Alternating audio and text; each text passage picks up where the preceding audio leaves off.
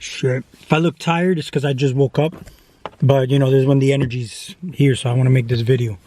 Before I start this video, I want to actually give a shout out to Fire Drake, because it's the reason why I'm making this video on this topic. Main and foremost, I already had in mind to make this video. However, it stayed on my mind a little bit longer than it would have, only because we were talking about it, so much appreciated. Before I get into the thymus gland, I want to talk about what all spiritual people focus on the most, and that's the pineal gland. You get what I'm saying? And why? Because this is categorized as a spiritual gland, the seat of the soul. In actuality, all the glands in your body serve a specific special purpose, and a lot of people just isolate this gland, when in actuality, if you observe even chemistry, the unnatural way to do it is isolating chemistry. You don't isolate chemistry. Actually, it needs a harmony of all other elements for it to actually work in homeostasis or work at its fullest potential. So, you know, when you look at, you know, certain chakra systems, these are all brains, okay? A lot of people would say, think with your heart, you know, be in your heart space, or have a gut feeling. A lot of people may think with their genitals all the time, which is why they're overly lustful and whatnot. But these are imbalances. You get what I'm saying? In this duality matrix, if it's not imbalanced, it's basically either going left ways or right ways, you know? But when you look at the pineal gland, we call it the third eye. You know what I'm saying? But why is it called a third eye? Why is it not the first eye or whatnot? In anatomy, you would look that it has rods and cones like an eyeball. You get what I'm saying? But the thing is that you hear the word eye and you think you're going to be seen the same way you see with these eyes. This is basically the illusion. The way you see here is not the way you see. It's just like I've made examples in previous videos about, you know, getting communication from God is not going to come in human language. It's going to come in other ways, like hunches, inspirations, and certain ideas, you know, certain downloads. And, you know, you're able to funnel this information and, you know, then use this human language to communicate with other people. And even doing so is still not the natural way. And I'm going to get into this video why that's not. You know, there's certain videos you watch where they'll tell you that, you know, you have your pineal gland calcified for XYZ reason. But see, here's the thing. When it comes to the calcification part, on a physical level, things calcify is improper utilization of calcium in the body, and that's due to acidic diets or acidosis, right? So this could be due to your parathyroid gland not functioning properly. Here's another gland. You get what I'm saying? And this is responsible for proper utilization of calcium in the body. Okay, and when that's not functioning properly, then you may have calcification in different areas of the body. Your adrenal glands, how important are these glands? You get what I'm saying? It's not just on a physical level because they sit on top of the main eliminative organs. You get what I'm saying? The kidneys, which if that's not working properly, okay, the adrenal glands, then your autonomic nervous system is compromised, and then that makes the lymphatic system stagnant, which is your immune system. And this is where we're going to get into the thymus gland, all right, which is a lymphatic gland, okay? So let's say, for example, physically, an imbalance of pH that we're ingesting causes calcification to the pineal gland, right? You could look at this also, and that let's say, for example, I've made examples in my videos where your external world is you inverted inside out. So everything you see out here are versions and reflections of you, right?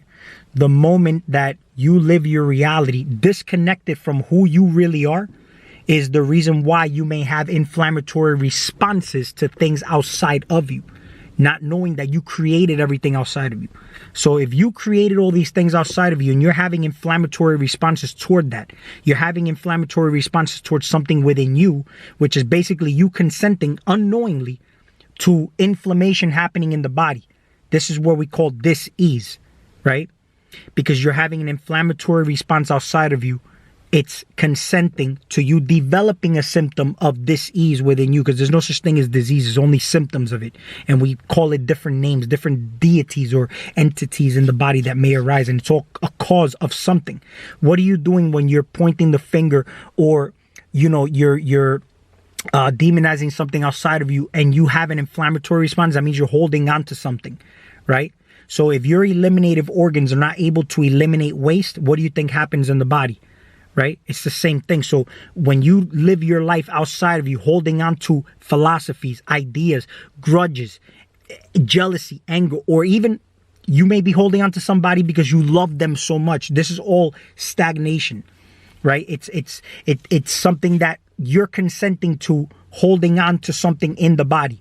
This is why when you have grudges, stresses, or anything, wherever genetic weaknesses or areas you may have in the body, that's where it's going to express from first the most. Right? So if you're overly fearful or whatnot, you may start to, and why are you fearful? You get what I'm saying? You got to ask, what are you afraid of, or what are you holding on to, and why do you hold on to these things? You get what I'm saying? It's kind of, it's even this. When you have philosophies and ideas, certain theories that you hold on to or polarize to, you got to understand, you picked that up from something outside of you. You get what I'm saying? And you fell in love with that philosophy. Your God that you are did not fall in love with that philosophy. Your ego fell in love with that philosophy. You're resonating to that frequency that you say, I picked this idea up and I'm going to hold on to this. And then you start maybe even potentially debating people outside of you, which means you're basically arguing with yourself. You get what I'm saying? But these things actually hold, they create stagnation to some extent. Belief systems, you're holding on to something. You're right. So you hold on to a belief system. It's a system that's corrupt. Okay. So now this can potentially calcify the pineal gland, right? But now when we talk about the thymus gland, and when we talk about actually the pineal gland sitting in the middle of your head, which is basically in your brain, in the middle of the brain, what do you think the heart is? The heart is a brain. Right? And you got the thymus gland, which sits right in front of it. You have your crown chakra up above where you channel universal energy through your vessel, right? So you have your thymus gland. Aside from it being a lymphatic gland, all right? If you look at the things that it does, it's responsible for your immune system and homeostasis, which actually it even produces something called T cells, right? When you are coming out the womb, all right, you actually know more than your parents, right? Your chakras are actually all lit up. Your glands are all functioning properly, okay? Everything's functioning at full capacity. However, you as the vessel, whatever, the vessel, the child that comes out the womb, that's the animal. But the animal's not fully online. See, a lot of spiritual people say, they claim to be spiritually woke and whatnot because they go out into nature. They go out into, to talk to trees, to animals, the birds, the bees, the flowers and the trees, or whatever you want to communicate to, right?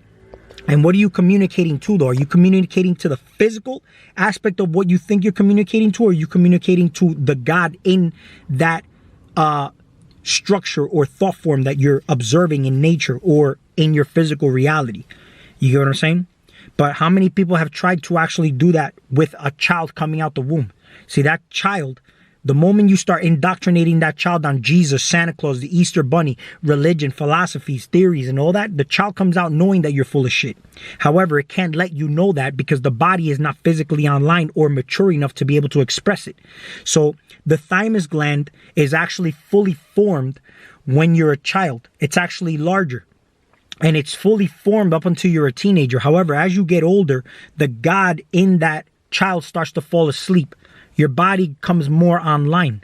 You get more and more disconnected from yourself. It's kind of like what we talk about atrophy. Your pineal gland atrophies from lack of use. It actually shrinks in size, right?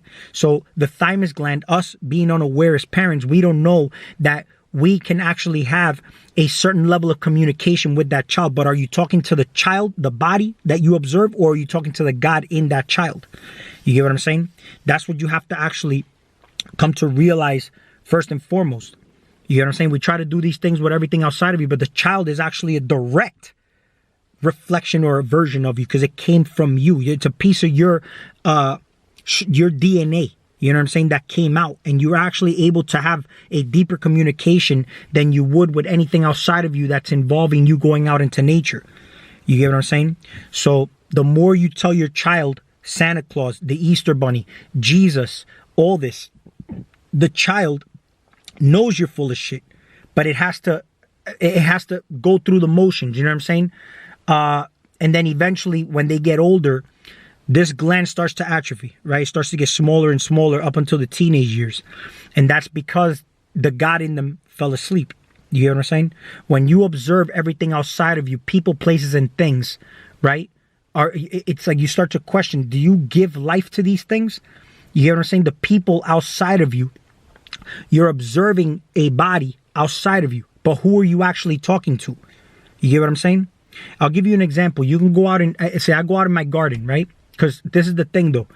And this is why I'm going on the vegans, okay? And I don't know why I've been hearing videos after, from vegan channels, and they're all about debating. I'm going to tell you that right now. They love to debate.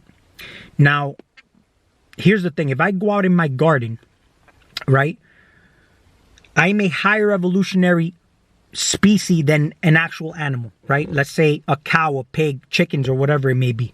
I go out in my garden and I observe that my plants are thriving. Things are flourishing. Animals are communicating with me. And I can observe the cats in my garden communicating with me. I had a hummingbird that literally came really close to my face, just literally observing me. It startled me, but I stayed still.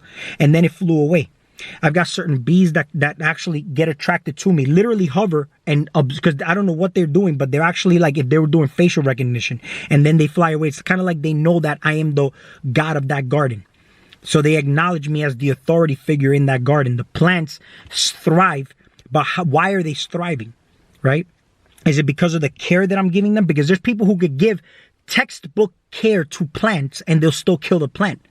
That's what separates somebody from potentially having a green thumb to somebody who actually doesn't have a green thumb.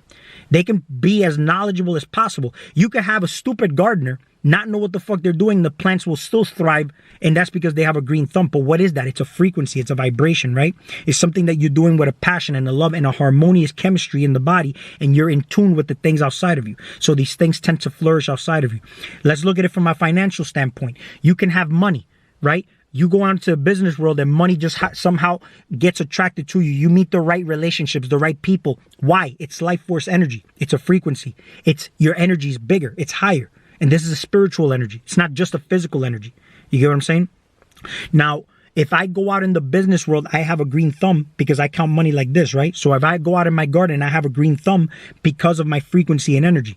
The people, places, and things, people want to do business with me. People want to have relationships with me, right? It's for that reason. My energy's high. If you want to have spiritual experiences, come out of body, do fucking crazy shit with, spirituality or whatever it may be, even for fucking mental capacity, you need to have high energy. What happens if you don't have high energy? You tend to just fall asleep behind the wheel. The same way when you go to sleep, you tend to just fall asleep instead of just going to sleep, being aware of certain things that are happening the moment your body falls asleep. Can you observe yourself the moment you're just waking up? Can you observe that process? You get what I'm saying? Or are you just merging from one state to another, unaware of the difference? Like when you go to sleep and you're just in a dream and you're there and you think you're really there, but you're not aware you're in the dream. It's just a level of self-awareness. It has a lot to do with a certain level of energy, right? And you can shower yourself with this through meditation with a golden light that just, you just keep bringing in this life force energy into you. And then you express it to others. You don't just have it as saying, I'm up, and then you wield this power. That's Luciferian to some extent. You get what I'm saying? Where if you have this energy, you can express it and give it to others in abundance. The same way where you have money, there's no lack of supply. It's a consciousness. You think you may be in lack of supply, right? Somebody who's abundant gives money away, gives their things away because they know they can replace it very easily. Energy is the same way. Life force energy is the same way, right? So this has a lot to do with the thymus gland, just so you know, because if you even look at T cells that it produces for your immunity, right? They look like a cross, don't they? See, the thing is that if you don't acknowledge the real God in that child or in the individuals outside of you, then this is inversion. And this is why the T cells when it doesn't produce enough T cells, you're not in homeostasis. So this lymphatic gland starts to atrophy through time, and it leaves you vulnerable for attack. on a physical level, but it all starts from the metaphysical first, right? So that's why it's important. See, the thing is that murders, rapes, tortures, and all the things that these vegans don't understand. Let's say humans do this to each other, right? But the reason they do this to each other is because the reason a person may commit a murder or an act of crime outside of themselves is that they're disconnected from themselves. You get what I'm saying? So what do? We have jail systems, right? These systems are designed to lock people up. But does that really help and actually fix the problem of that individual? You get what I'm saying? We just it's no different than how the pharmaceutical industry or the medical industry work. If you have a disease, what do? They just give you medication, and it's kind of like just suppressing a symptom. You putting somebody in jail is the same thing. You suppressing a symptom. You get what I'm saying? So the same way we don't realize the God in that other person, we don't realize the God as individuals outside of you. And I'm observing all this as systems, the way they're working within me. So I'm only expressing this upon what I see when I'm basically pondering on these things. I'm putting it on camera, but you got to understand, most of these videos are journals for me too. Because the same way it's important to journal things, I just happen to put it out public, but I can keep these videos private because they're basically for myself. But I understand also that a lot of people who watch my videos may actually benefit from this information. That's why it's public. You get what I'm saying? But the same way, when you look at, let's go on this. This is how I can also tell you how on a higher evolutionary species as a human, we know not what we do. And this is why vegans know not what they do. And sometimes what they're doing, they're pointing the finger at something and they're doing exactly what they're pointing the finger at. And I'm going to tell you why. I have cats in my garden, and I've observed a couple of cats torturing a mouse. And the mouse was trying to get away, but every time it would try to run away, they would pounce on it, rough it up a little bit, and they were hurting the mouse. The mouse was screaming for its life. It was trying to get away, right? Until eventually the mouse died. You get what I'm saying? But see, a human is looking at that and says that the cat is torturing, harming, and abusing the animal. Right? But that's the label we put on it upon our observation. At the evolutionary level that we're at, the cat at its level doesn't understand what it's doing. The cat is just doing cat things. So the cat is just doing what it's doing, but it doesn't label what it did as torture, rape, or fucking whatever you want to call it, right? We label it that, right? So the cat doesn't know, but we label it that. Now, as a human, let's say, what do you do when you go out and try to debate? You try to kill that person's idea of whatever their philosophy is, right? So when you go out and debate somebody, you're killing their idea of what makes them, right? So let's say if you're a vegan activist and I go out and debate you and I destroy you in a debate, that's why people say, oh, damn, good shit, you owned that individual. So I just owned you, right? And I killed you as an individual. I killed your ideas of what your philosophy about veganism is, right? Then what do you think is happening? I'm doing exactly what the cat did, except I wasn't aware that I committed a murder without having to physically touch you. See, I can kill all my plants outside without physically ripping them out of the roots. If my energy and frequency is all fucked up, I can unconsciously kill plants just like that. If my energy and frequency is fucked up, animals won't even want to come near me. People won't want to do business with me. My energy's low. You hear what I'm saying? I can have a high mental capacity, and I can actually use that to kill your idea of what your philosophies are, and I basically just destroyed you. I destroy your reputation. I destroy your idea of what you think you are. You get what I'm saying? So I killed you without having to physically kill you. You get what I'm saying? But did I know what I was doing? No. So the same way the cat wasn't aware of what it did, we're doing things that we're pointing the finger at, not being aware that we're doing the same shit the cat's doing. And then somebody looking at us is looking above something higher than us, let's say, that would be categorized as a higher evolution, would say these humans are fucking dumb. Look what they're doing. My camera's going to cut off. So I'm going to make another video and cover a little bit more about the thymus gland. We'll talk soon.